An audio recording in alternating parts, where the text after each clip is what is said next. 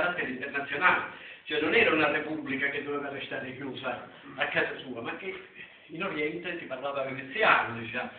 Ora la stessa cosa vale per la Sicilia e io vi porto il paragone con il triangolo della Mesete. Noi abbiamo un triangolo della Mesete, nella provincia di Enna, Caltanissetta ed Agrigento, il cui apice è Licata.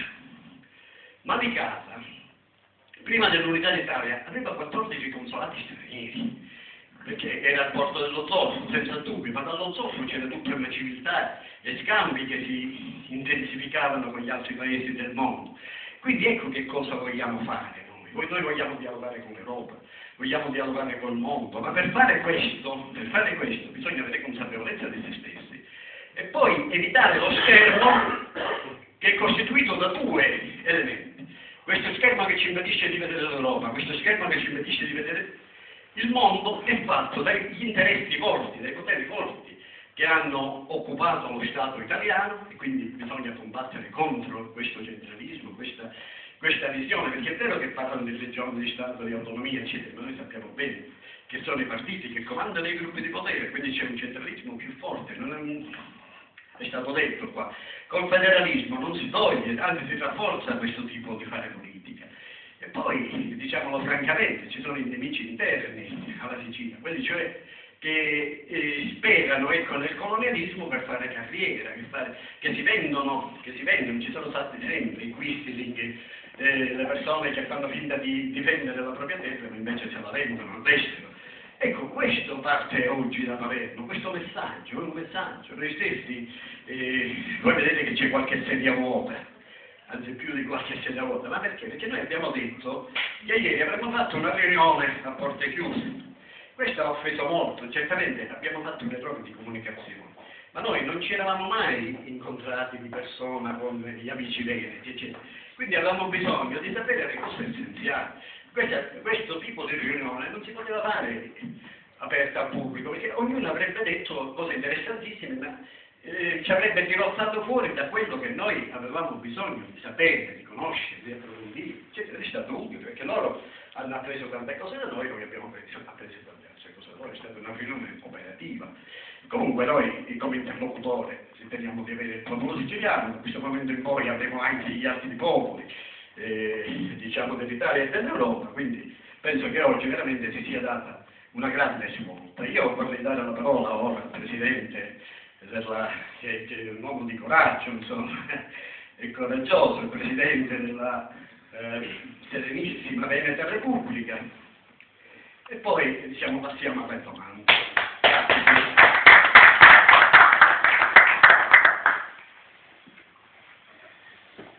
Ringrazio l'amico Scianò per l'intervento e il Presidente Mirto. Questa giornata che ci vede qua a Palermo è a nostro avviso un evento estremamente importante. Perché? Perché questo è la continuità di quello che noi abbiamo già iniziato tempo addietro, che si è, diciamo, materializzato con l'amico Antonio Pagano già a Vicenza un mese fa, con questo primo incontro. Qual era il nostro ideale? Era quello di poter unificare, cioè unire attraverso la collaborazione, logicamente, tutti gli stati preunitari, quelli che hanno lasciato questa impronta straordinaria di storia, di cultura, di civiltà. Funziona il microfono? Si sente? Cioè, poter appunto trovare finalmente, dopo tanto tempo, questa collaborazione, ripeto, con tutti gli altri stati preunitari della penisola, che hanno lasciato, come abbiamo sentito fino adesso, uno straordinario esempio di civiltà, di valori, di patrimonio incredibile che ci è stato tolto in questi 150 anni. Anche noi come Veneti, logicamente, abbiamo esattamente la stessa vostra storia, cioè Napoleone e successivamente i i Savoia hanno fatto scempio della nostra storia, della nostra dignità, della nostra identità, della nostra economia, perché come i Veneti, come i siciliani, come gli altri popoli del sud Italia, i Veneti sono quelli che hanno emigrato in maggior numero, per disperazione, per fame e per pelagra, perché non dimentichiamoci che dopo il 1266, cioè quando il Veneto viene definitivamente occupato dalle truppe attraverso il plebiscito fasullo, no? Imposto con le baionette, viene occupato dalle forze del Regno d'Italia, comincia un'immigrazione spaventosa, che addirittura una diaspora che addirittura i preti dei paesi gli segnano nei libri dei morti, perché praticamente non sarebbero mai più tornati. Comincia tutta una serie di problematiche economiche infinite, a tal punto che già addirittura alla fine dell'Ottocento nel nord del Veneto già poter avere un chilo di sale era già un lusso per la popolazione, diciamo, la popolazione comune. Succede appunto, poi dopo comincia tutto il discorso delle guerre e avanti così. Tutte queste situazioni che tutti quanti noi abbiamo vissuto e poi dopo avanti. Ecco. Noi come Veneto Serenissima Repubblica, come Veneto Serenissimo Governo, abbiamo già da tantissimi anni cominciato a rivendicare il nostro diritto all'esistenza come nazione storica. L'abbiamo fatto già da molti anni, prima attraverso la formazione, perché, ripeto, è lo stesso identico problema che avete voi, cioè la nostra gente non conosce la propria storia, perché gli è stata totalmente tolta o peggio ancora ridicolizzata, perché oltre che togliere, perché noi usiamo sempre il termine etnocidio, no? Perché è stato annichilito tutto, sparito completamente, cioè la nostra Repubblica viene descritta come una repubblichetta marinara, come le altre così, una repubblichetta marinara, tutto finisce col carnevale, finalmente arriva Napoleone, eccetera, eccetera. Cioè tutto quel 1000 anni in più di libertà, di giustizia, di buon governo, non c'è minimamente traccia. Finalmente arriva la liberazione e da lì comincia la vera storia, eccetera.